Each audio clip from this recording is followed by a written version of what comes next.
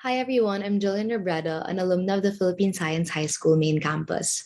Currently, I'm a senior at New York University pursuing a degree in mathematics and economics. Graduating from Pisay in 2018, I actually started college as a biomolecular science major in the School of Engineering at NYU. But with NYU's liberal arts core, I had the opportunity to take more economics classes. And with my lasting love-hate relationship with math, since Visay, I decided to shift to a major that would allow me to have a balance of taking applied social science classes with the support of more quantitative and technical classes. And I was lucky enough to transition easily during my sophomore year. In my freshman year, I had the opportunity to work as a research assistant in the plant genomics lab at NYU, where I actually still work until now. So, as international students in the US, we're allowed to work 20 hours a week on campus during the school year, which I'm really glad because New York's expensive and it really helped when it came to expenses here in the city. And on campus, I also wanted to explore different pre professional clubs and other more fun interests. So I've joined the International Student Council, Actuarial Society, and TEDx NYU. And I was also active in the economic development group where I was the vice president of research, where honestly, a lot of the things I've learned in STR and Pisay have carried over to this role. I would say this involvement was the intersection of a lot of the things I was interested in, from economic development, policy, to research, and just analyzing data from developing countries, especially in Southeast Asia.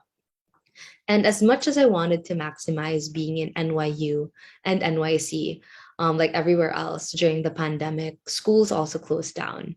So I was studying abroad from NYU London, and I had to go back to Manila and take classes remotely with a 12-hour time difference. So I was mostly waking up before dinner and sleeping after breakfast until December of 2020. So more than a bit less than a year ago. And of course, it was a struggle at first to cope with the time difference and to focus at home. I think, especially for me, I was used to seeing my classmates and peers in person, and I wasn't really used to being at home anymore. And I think those interactions in school really burst the mood after a hard test or a long lecture. So it was definitely a hard adjustment. Although I tried my best to be involved in on campus organizations during the pandemic, it was very important to have that sense of community, even when you're not in school. And of course, it very much helped that it was easy to reach out to my friends in Manila, as well as other parts of the world. And it was a very comforting feeling to be with family during the pandemic. I would go on study Discord calls with friends, even though we don't study the same thing. Do game nights with my family, and even do game nights with friends who are based in the US, just to keep in touch.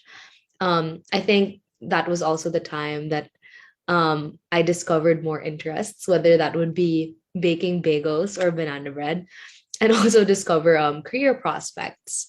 So during the pandemic, I joined this current organization where I'm still on, called Bridges for Enterprise. So it's a nonprofit that helps social enterprises in developing countries. And since then, so I've only started, I think, September of 2020.